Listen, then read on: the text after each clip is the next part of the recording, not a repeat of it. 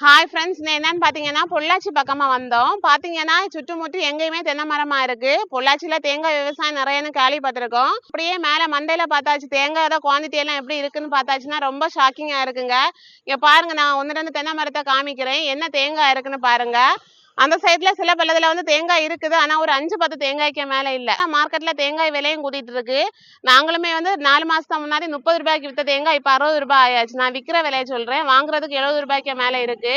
இப்படியே போயிட்டு இருந்தாச்சுன்னா 100 ஆனாலுமே ஆச்சரியப்படுறதுக்கு இல்ல. இதுல என்னன்னு பாத்தீங்கன்னா, இந்த மாதிரி தென்னை மரத்தை எல்லாம் நம்பி இருக்கிற விவசாயிகளும் பாதிக்கப்படுறாங்க, நாமளுமே பாதிக்கப்படுறோம் வாங்கி உபயோகப்படுத்துற நாம. இது வந்து இந்த ஒரு ஸ்பாட்ல மட்டும் இல்ல, நாங்க வந்து கொஞ்சம் தூரமா பார்த்துட்டு வந்துட்டே இருக்கோம். கொஞ்சம் கிலோமீட்டரா இதாங்க இருக்கு, தென்னை மரத்துல தேங்காய் இல்ல. பார்க்கவே பரிதாபமா இருக்கு.